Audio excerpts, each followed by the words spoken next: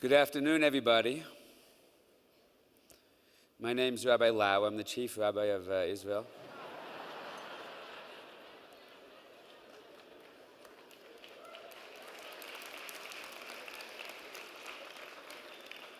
Sani and Dub has really brought out my Hasidic side this year, and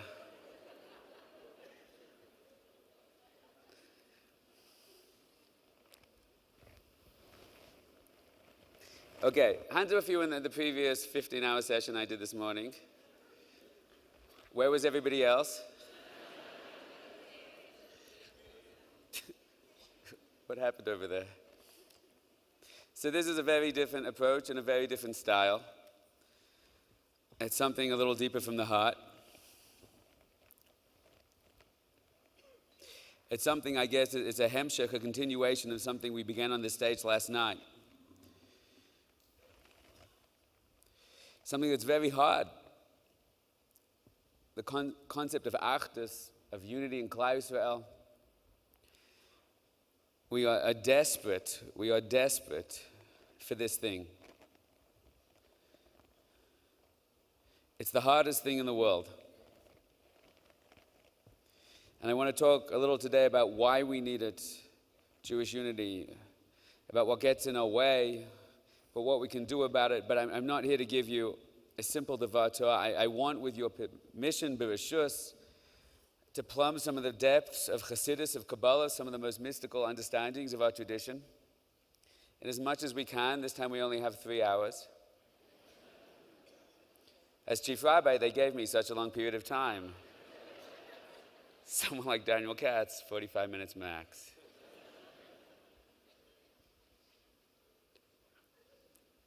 When I started going out with my wife, I was blessed. It was one of those things, the first time I spoke to her on the phone. That was our first date. You see, you're laughing, but that's true. Isn't that interesting about the different worlds we actually inhabit?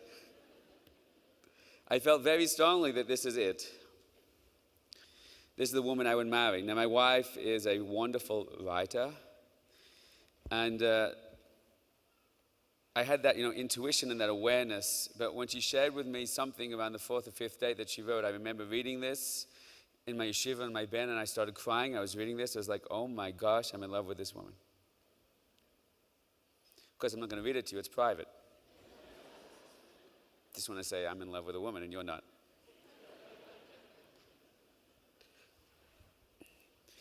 And it's a very beautiful story, bifnei atzma, in of itself.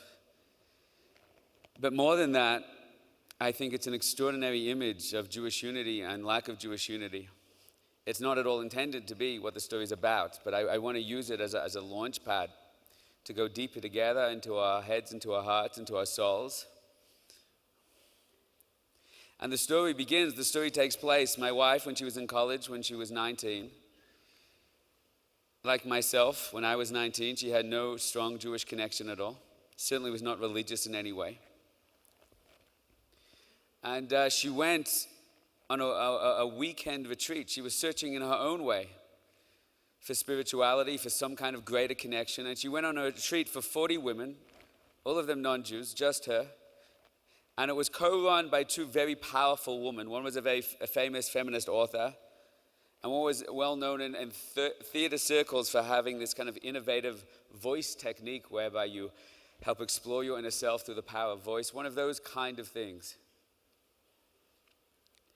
And they were given an exercise. It was one of the big finales. And the exercise was that these 40 women, they sat in a circle, basically took the whole day, and they had to explore the 4 most pivotal, powerful moments of their life. And each would step into the circle during their turn. And there were 4 spaces in the circle. And in each space, they had to have a creative way to express and tell that pivotal, powerful story of their life. So, for example, one, you had to sum up the whole story in only 6 words. And another one, the big finale, you had to sum up the most powerful moment of your life without finding words for it, but singing a song from the depth of your heart that most expresses what that moment was about for you. And I'm sure it was a very beautiful watch the first time, the second time, the third time. And there was an idea, there was a custom, so to speak, That when the person sang the song, what would often happen is, it always happened, is everyone would know the song. And the people that facilitated the workshops, that allowed them to sing the song once by themselves, and because they were always songs that everyone knew, then everyone will join in to sing the song together. That was like, the unity together in that group. So the first one went, it was beautiful. The second one went, it was beautiful. Imagine doing that for 9 hours in a row. There's only so much deep and touchy-feely you can be, even as a girl, even in the feminist theatrical world. Somewhere around the edge of the day, my wife went with the beginning, she's just holding in there. It's like number 4,021 and 21 steps up into the circle and starts to go. And my wife is tired and she's hungry, like any human being in the world. And she's no longer paying attention. And this woman, this dark-haired girl who's slightly older than her, steps up and she does her 6 words over here, and she steps to the second, the third, and she's at the 4th place mapping out her life.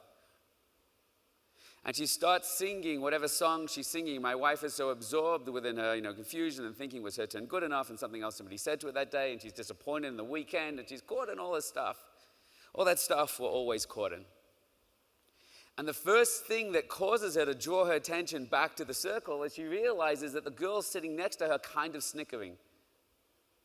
And they're kind of laughing in a not very happy, mocking kind of way what's happening in the circle. And my wife kind of sees that, and she hears that everyone else is kind of looking a little embarrassed, a little awkward. And for the first time, she tunes in, and this dark-haired, slightly older girl in the circle is singing a song. And what's actually happening, which is kind of painful, is she's singing such a weird song that nobody knows her song. And out of all day, she's the only one that no one can sing with. And it's such a weird song. My wife's like, that's really embarrassing.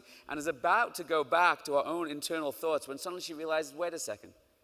I don't know this song at all, but what are those lyrics? And she tunes into those lyrics and she goes, wait a second. And her mind is like running through all of her life. I learned those things. And she goes, wait a second, I know this tune. Adonai lam Hashem alach b'terem kol yetzir nivra. And my wife heard that tune somewhere echoing through her past, somewhere in one of those terrible Sunday school experiences we're all in trauma therapy to get over. And she realizes the reason nobody knows this girl's song is because this girl is Jewish, and she's speaking about her journey, and everyone in the group that's not their journey. And suddenly my wife looks around the room and she realizes everyone's laughing at her because who is this weirdo, this freak that doesn't speak our language, that doesn't know our song?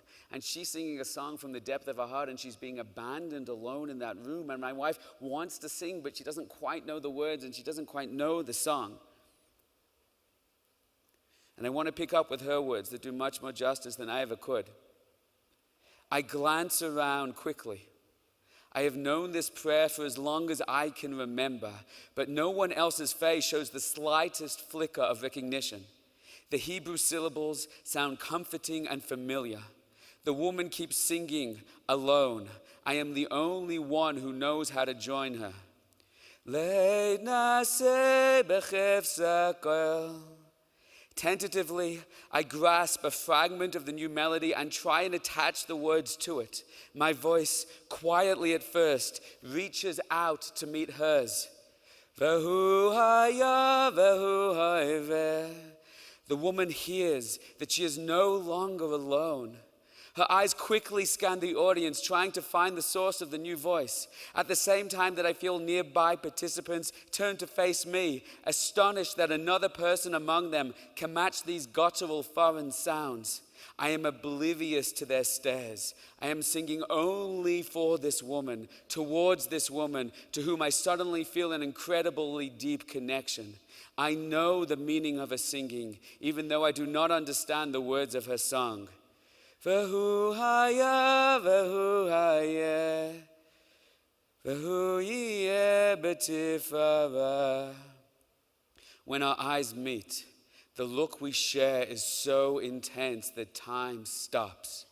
I see her relief and profound gratitude at having been saved from the nakedness of singing alone to dozens of uncomprehending faces. But beyond that, we recognize each other as sharing something that no one else in the room has. She does not need to tell me her story.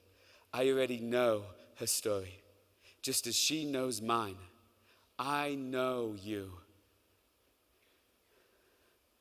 We sing through the Hebrew words, eyes riveted on one another. I know what you mean. She smiles at me warmly, and we are lifted ever so briefly out of the room.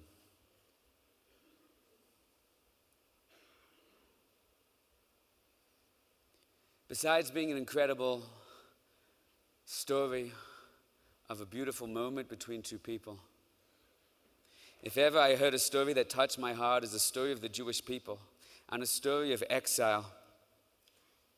That Yidden can be so close to each other with such a close connection, which is l'malam and teva, higher than nature, higher than our awareness even. So connected at our root and a cosmic level, but so distracted and distant. That in a world of everything but us, we don't even recognize each other, even though our hearts are carrying the same song, the same tune, the same yearning, the same voice. And yet we can walk past each other all day as foreigners, blending in with the pack. Today we need to talk about Jewish unity, the importance of it, the power of it, the imperative of it, and also, more importantly, the challenges that prevent us from achieving it. And I have to be very real with you. I'm going to be cutting and I'm going to be real, because only when you start real and you start with a challenge, only then can you elevate up and be true, to elevate, to turn the darkness around into light. But you have to be real with the challenge. We have to be real with the challenge. Now I have to begin by acknowledging, of all the subjects we can speak about, this is surely the most redundant subject to talk about. Hands up if you think Jewish unity is a good idea. There you go, point proven. Should we just quit there? So why would we talk about something? Why do I have to tell you something's important when you already know how important it is? And the answer is because there's no area in all our lives where we have more cognitive dissonance. You know what cognitive dissonance means? It means that what you know is so far from what you feel and what you act. Think about how bad it is. Think about in our worlds, in our communities. I come from Israel, even more crazy. Within the religious community alone, there's the black hats. Of course, that needs to be clarified. There's the up hats like mine. These are the good ones. I believe in God. You know, there's people with the down hats. I don't know which God they're worshiping. You see how mine goes up to heaven? So what does that imply that they're doing? But we're all black kippers at the end of the day, right? But of course, I have this little thing. I'm not going to, like Rabbi Grasp, I'm not going to take it off. I only have one. He's a God, or God will have two. How many do you have? You can confront that at a later time. But you see how I have this little thing around the edge of my kippah? That makes me special and loved by God. You laugh. But all of us, you know, we're all from, right? And we're all brothers, all of us with black hats and black kippahs. Of course, there's the Litvaks versus the Chassidim. That's a whole different subject. Obviously, the Chassidim are better, unless you're a Litvak and we don't like the Chassidim. But both agree that they're both better than the Sephardim, for sure. But at least the Sephardim and the Litvaks and the Chassidim can agree on one thing. None of us like Chabad. Which is interesting, because Chabad actually like everybody. As long as you like the Rebbe, right? We surely have a lot to learn from them. One of the things we can learn from them, that just like us, all are black hats. As long as we're all better than the white kippers, then we have someone to look down upon, and that's the most important thing. Of course, you can batch the white kippers with the people who have black kippers, but they knit their kippers. Terrible human beings. Special place for them in hell, no doubt. And as long as you learn Gemara all day, Be'ian, I love you. You like to learn a little faster? Please leave my religion. Buddhists are over there. Worship another God at your will. But at least we all believe in God, as opposed to the Chilanim. They're not even Jewish. Now, the Chilanim love everybody. They're not as cold-minded as us, because they love everybody except the religious people. As long as you voted for BB, and you served in the army, and you're my kind of secular Jew, and not a little Masorti, and that's problematic. So besides that, I love you as long as you're not a chutznik. If you're a chutznik, okay, I like you as long as you're not, you know. So this goes on forever. In every community, in every shul, right now in this room, I bet there's people you don't like. I mean, everyone put up their hand, Jewish Unity. I bet right now there's someone you feel awkward about being in this room with, right? Just to illustrate the point, everyone put up your hand for a second. Put up your hand straight up high. Everyone put a finger straight at the ceiling. On the count of 3, point to the person you don't like. Just to illustrate my point. 1, 2.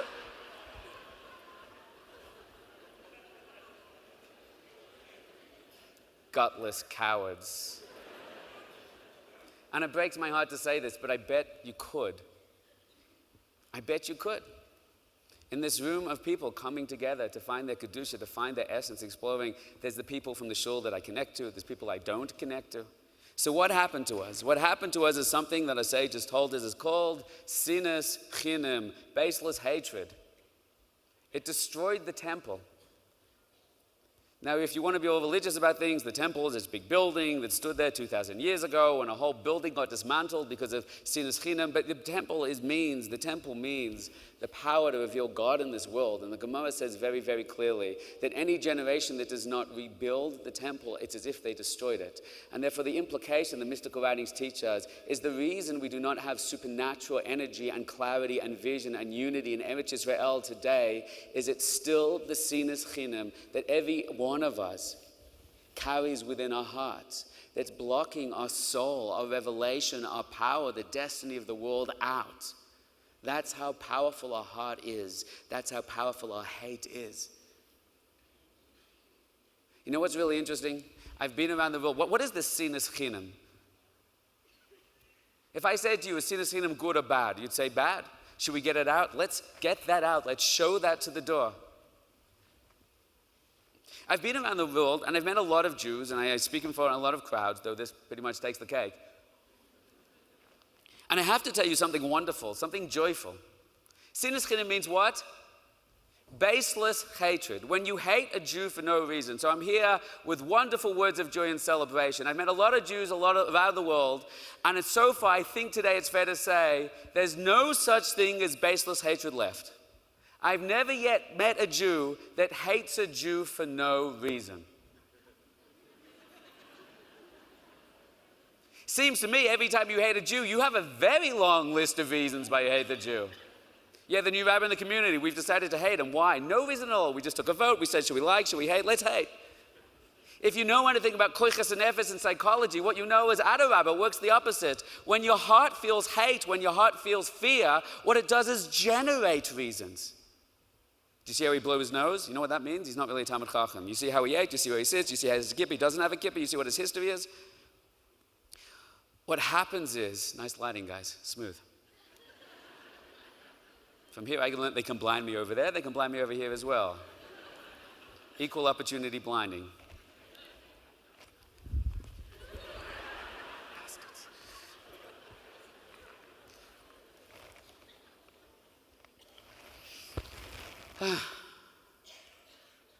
No Jew hates another Jew for no reason. We all have plenty of reasons, long lists of reasons. So why are sages talking about baseless hatred? And the answer is obvious. And it's so obvious, I guess you know where I'm going with this. But we're so desperate, we have to speak out the obvious. And we can't be afraid to do it. Baseless hatred doesn't mean you hate someone for no reason. Baseless hatred means the reason you think is a reason is not a reason. That long list of reasons, which may be mitzvah devices that you're convinced that you shouldn't like that person, they themselves are baseless. Now let's clarify that point. You can disagree with someone vehemently. You can say their philosophy is wrong. You say, I don't believe in your action, but to hate? Never confuse the action of a person or the belief of a person with a true person. Just like you would hope and pray with all your heart that if someone judged you by your mistakes and looked at your mistakes, the things you believe today, and in 10 years you'll become wiser and smarter and deeper, you would hope that someone wouldn't hold your greatest weakness against you forever, because you know on the inside there's something deeper within you than your thoughts or your actions and your beliefs. So why are we overwhelmed enough to keep doing that to other people? That's the baseless hatred. Can you hold, have you worked this out yet? The capacity to disagree with someone but hold love in your heart as you speak to them? Could we make that the new project in South Africa for the next 30 years?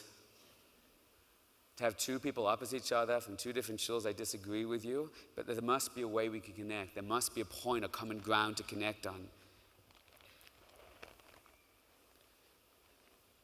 So this is what I want to say today. I want to talk about how we overcome this. I'd like to spend a few minutes being very real with the challenges together. And there's something I have to say, and I think it's a little deep, and I hope I will have the capacity to explain it to you, and I hope you'll have the capacity to receive it in your head and in your heart. And if we did, and if we could, I'm telling you, you could turn the world around. With the help of the chief rabbi, there's projects in this community, in this city, in this country that are turning the world around. But I have to tell you what the chief rabbi knows, and we all know. Projects won't save the day. As visionary, as powerful, as brilliantly executed, something has to shift in our hearts. Let's start here. When you want to work on any issue, the Baal Shem Tov, I've said it enough. If you're offended by that, the doors are open. The Baal Shem Tov says a very basic approach. Listen very carefully to this because it's very profound. He says, you find the line in the Torah which is the positive mitzvah or the opposite of the negative weakness, disconnecting thing you're doing, and you take that line and you use it like a mantra, so to speak, to plug into it. You invest in it intellectually, you put your attention on it spiritually, and there's an energy, there's a clarity you can receive from the positive that can unravel the negative energy within you. It's a very deep idea in self-transformation. So if we were to draw on the secret, if we want to heal baseless hatred, Cenas Kinam, what pasuk, what line from the Torah would we expect could be the solution for us? V'ahavta l'reicha kamocha. Thanks for following the script, everyone. Now I'm going to write this on the board. Can you guys see the board? Yeah, the camera dude? Good. Here we go. This is how that looks. Now watch this carefully because there's unbelievable secrets in here. V'ahavta l'reicha kamocha. Repeat after me. V'ahavta l'reicha kamocha. One more time. V'ahavta l'reicha kamocha. Has that made the big screen? Excellent. I want to show you something incredible today. Within this line, Hashem is not a dogmatic ruler. He's an incredibly compassionate healer. Coming soon to Facebook post on Sana and Daba near you. Very soon. I've noticed a pattern here. Someone's typing right now. Not only is he saying, love your neighbor like yourself. You turn to Hashem and said, yeah, nice try, in theory, very good, you know how hard this is embedded in these three words, mystically speaking. We will unravel, they'll unlock them today. Not only the command, the imperative to do so, but also the psychological mechanism that stops us, does not allow us to do that. And for bonus points, he will tell us how to unravel that psychological mechanism and to find unity between Jews again. And that's there on the page. And by the time I show this to you at the end, you go, that's incredible. Why did I never see that before? And the answer is because we are blind. We are blind to the power of our own tradition. Anything which is about true connection and revelation, we seem to have lost the vision to perceive the depth, the beauty. So let's spend the next 3 hours together finding this, exploring this together. I'm just keeping myself laughing every time I say that. Obvious question. Let's begin. V'ahavta l'reicha kamocha. One of these words is weird. Surely Hashem could have said, and you should love your Jewish brethren, you should love Klal Yisrael. The weird word in the sentence is kamocha, like yourself. You should love Jews. Great. What's like yourself? Let's not spend too much time on pshat. Like yourself, says the Ibn Ezra, says the Sforno, is very simple. As much as you want good for yourself, want good for another person. As much as you want someone to judge you compassionately, judge another person compassionately. As much as you want the comfortable chair, you can appreciate someone else may want the comfortable chair. As much as you want the last steak on the plate, and even though you've had two, someone else may be hungry. So I realized I would hate to walk into a room and be hungry. Perhaps I could offer that other yid something like that. That's pretty simple. Use your own inner world to understand the needs of another's inner world.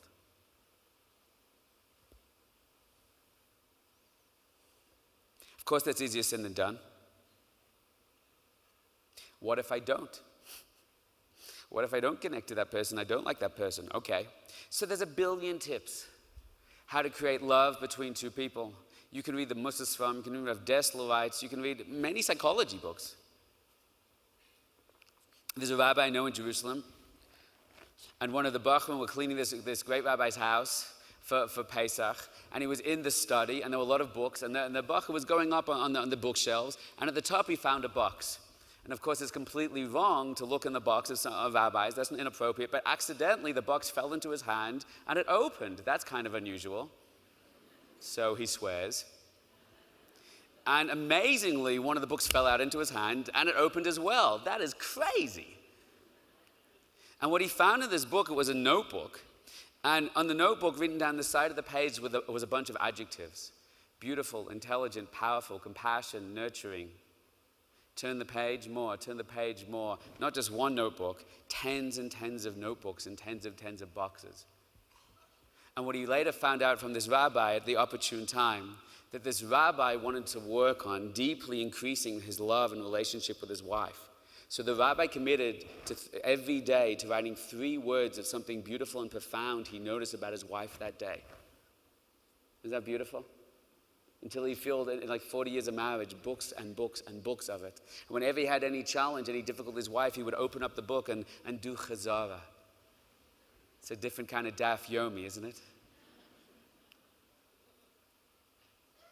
So that's one eitzah, take it or leave it. Rav Dessler says a different one. It's a classic one we all know, very simple points. If there's someone in the shul you don't connect to, someone in this room you don't connect to, you know, all connection, all hate, all dissonance is always based on fear. And fear always tells you this person is not one of us. Did you ever notice that? All hate, all racism, it's them versus us. It's the black versus the white. It's the black kippers versus the white kippers, And we're always different. So Rav Dessler has a very beautiful, simple piece of advice, which is what? Give them something. Find out what they need.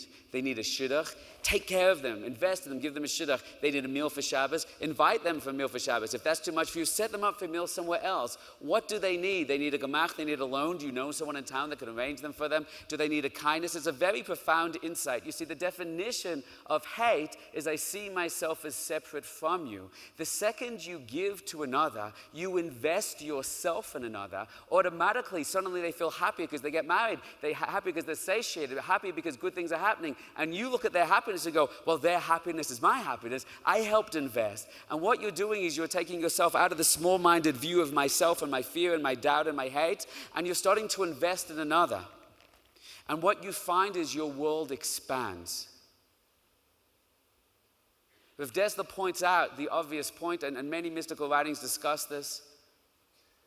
Through giving, we come to love. He says love flows in the direction of giving. And if you notice, it's very interesting in the words, because if you look at the Hebrew word for love, and now you will. Ahava. The root of the word is the word have, which is quite an interesting word, because have in English means to take. I have it. You don't have it. But have in Lashon HaKodesh and Aramaic is actually to give. It's very interesting. A friend of mine had a brother, and I met this brother many times, and the brother had a little startup, and he sold it to Google and made $1 gajillion, as my 5-year-old would say. And when the bottom of the stock market fell out way back whenever that happened, in a single day, he lost absolutely everything. And my friend told me that this man was on the floor in a comatose state. He couldn't move his brother off the floor for like 3 days.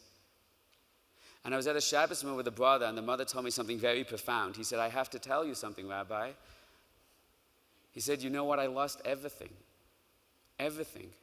But there's one thing I didn't lose.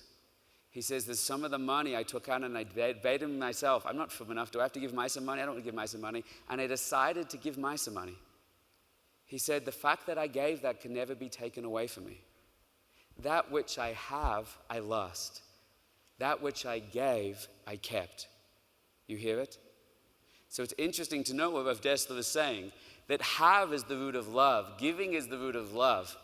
And more interesting, if you take the numerical value of the word ava, 1, 5, 2, 5, it adds up to the same numerical value as the word. Everybody knows this one, echad, which means oneness and unity.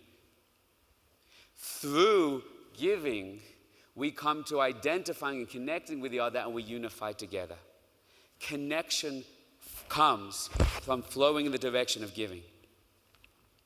So I can go on and bore you with a bunch of these little facts, but I feel you can kind of go to pop psychology for the same kind of stuff. So now I'm going to spend the last 20 minutes convincing you that what I said is a load of garbage and doesn't actually work. All this was nice and true and wonderful Devar Torahs. I'd kind of give it a Shabbos table until one day something so terrible and devastating happened to me, I didn't know what to do with myself. And that is, I had my first child.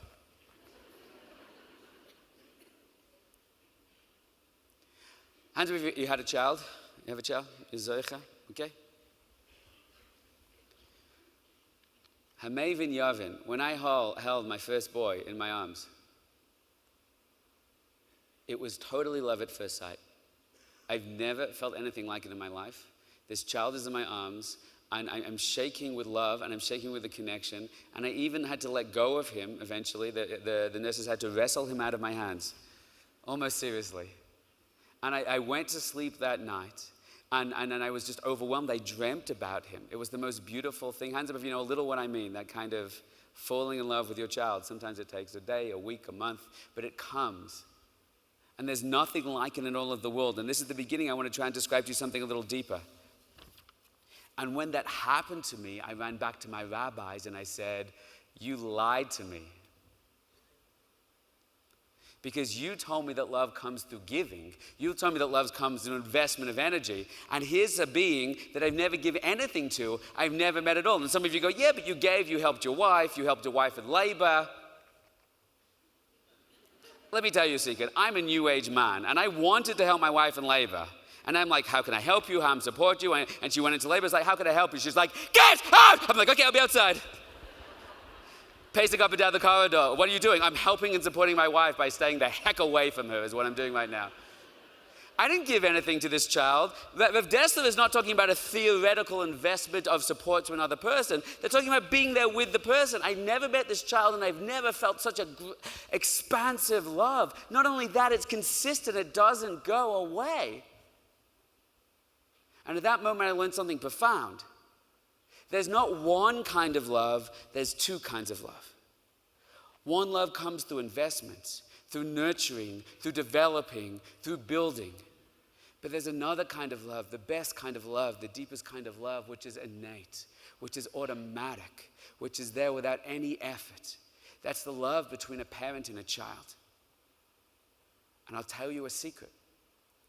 It's also the love between Jews. The love between Jews, say the Sram HaKadoshim, is a love like the love from a parent to a child that's innate, that's automatic, that's flowing through your body. Don't you feel that?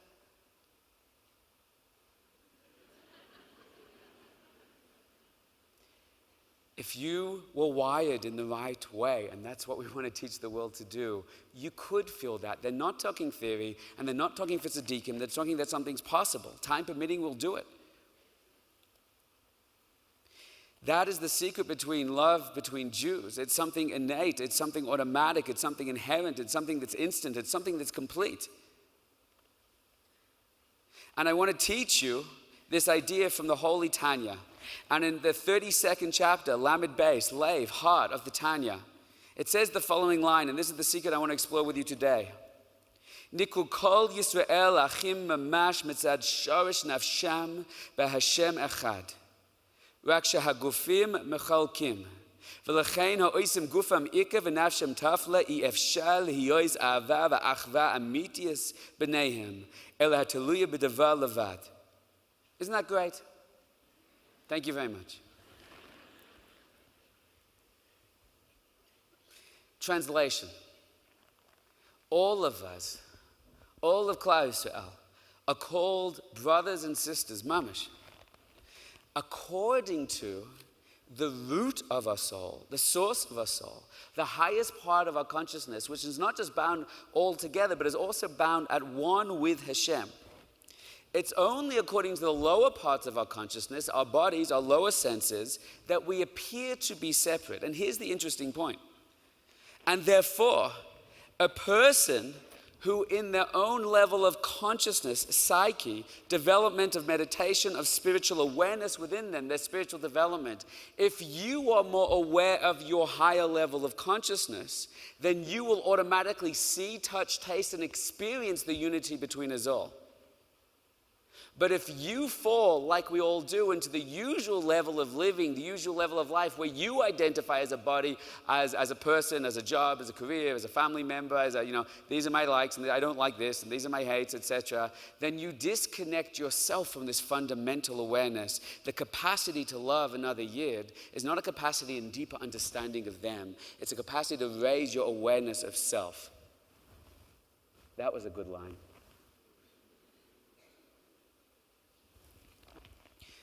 I want to explain this to you. What is this consciousness he's referring to? Where is inherent love? And here's my two questions. Why are we inherently connected? Who says? I go into the street, there's a bunch of non-Jews. They can also be intelligent, deep, spiritual. I hope that's not a shocking chiddush for you. They also develop and care and love and fear and all these wonderful things. Why are we more connected? Who says? I don't feel that. And B, what does he mean?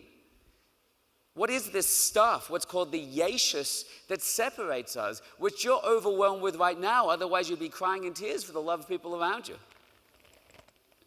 So I want to begin by explaining this to you in a very deep way. First, I have to begin with a parable.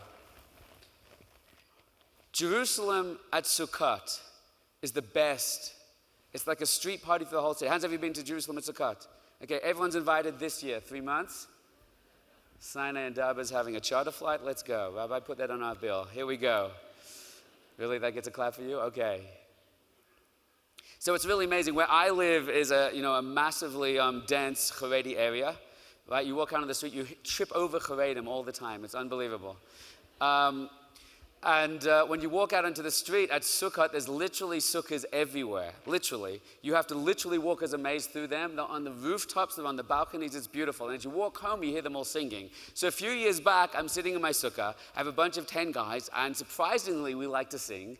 And we're rocking the sukkah, and it's really beautiful, and everyone's singing with all their heart. And as we're singing together these beautiful nigunim, I can't help but notice that sukkah is singing their own song, and our Sephardi friends upstairs are singing their own song. And I think, isn't it a pity that we're all singing different songs and we should all be singing together?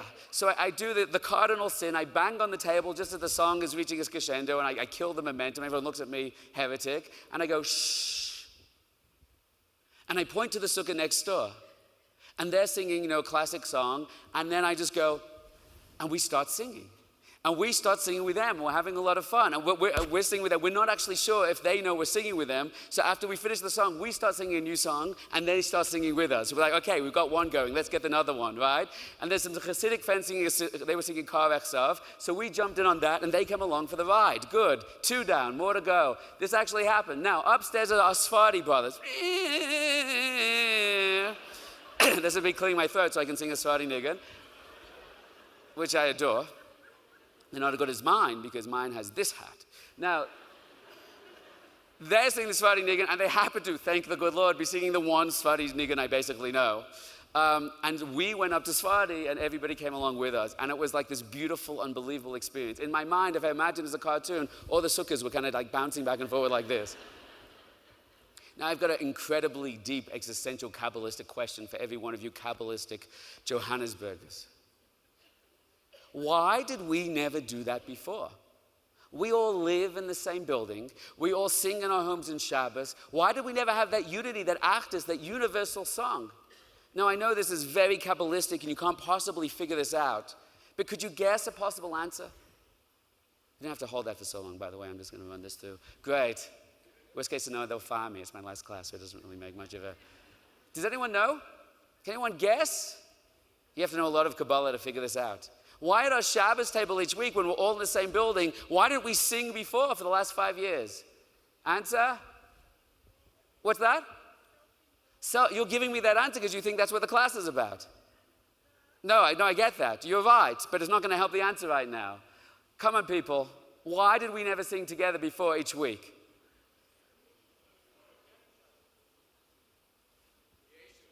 Yeshus. Chabadnik. Excellent.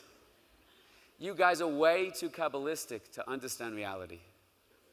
I'm going to tell you this, it's way too deep, you never get it.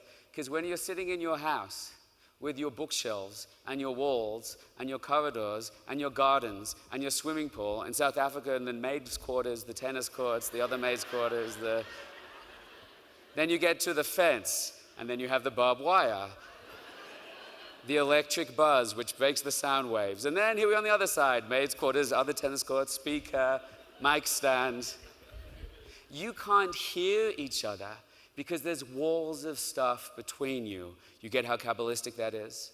But the whole point of Sukkot, as I narrowly weave my way back, the whole point of Sukkot is the festival where we leave our yeshus, we leave our world, and when we're living in thin, walled apartments, all close to each other, for the first time we can hear everybody's song. We can hear what everybody's singing, the unity is the first time we can sing together. Do you guys get that? That's the parable. And now I want to break this down on a deeper level. If you get the parable, if you get that there's noise between us, tearing us apart, so let's go even deeper right now. And this is where I'm going to have to get a little deep, and I hope you can come with me. I've been faking deep so far, but this is where it really gets deep. There's this yeshus, there's this ego, and it keeps us from hearing each other's song. Now I'm going to show you something. Please pay attention as much as you can. After this, it's music from here on in. V'hafta l'reicha kamoicha. Classic, awesome question. If I ask you, Hebrew speakers, friends, brothers who speak Hebrew, what is the Torah word for friend? Chava. Isn't that interesting? Why doesn't it say v'hafta l'chavarecha kamocha? Besides the fact it's very hard to say. What does it actually say? It says v'hafta le. That's not so clear, is it? It was like, what was that? It says v'hafta l'reicha kamocha, and it's got this word reish ayin, re'im ahuvim. This is a very deep question, because remember, the words always have the secret. Reish ayin is another word for friend, but so is the word chaver. So why did Hashem, in His infinite wisdom, say v'hafta l'reicha kamocha and not v'hafta l'chavarecha kamocha? What is the difference between these words? Watch very carefully. This is very beautiful.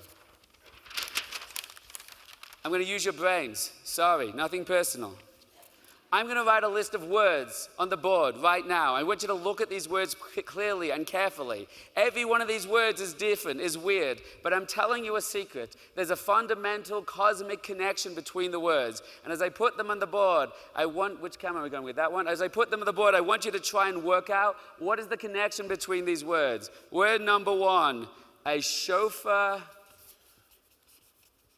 blow. Word number two, to break something. Word number three, a shepherd. That's A-R-D?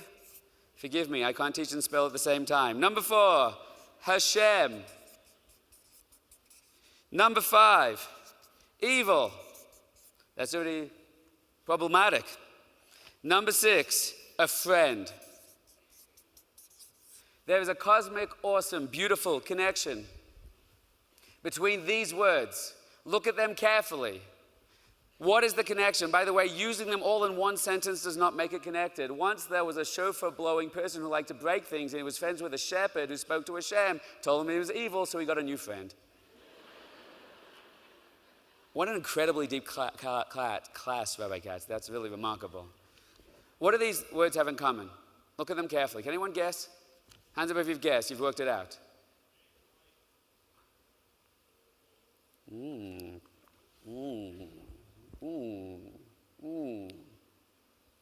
Are you ready? For the sake of time, here it comes. How do you spell the word shofar blow in Hebrew? What's the word? A teruah. Teruah. The root of the word, reish ayin. Reish ayin is the root of all these words. To break, tera'aim b'shevet bazel, is at the beginning of Tehillim. Tera'aim. A shepherd is, what's the Hebrew word for shepherd? Ro'eh. You guys get where we're going with this? Ro'i, right? The Lord is my shepherd, I shall not want. Mincha. Okay, that's it. I'm sorry, we ran out of time. Lawrence, what's the longest we have, possibly?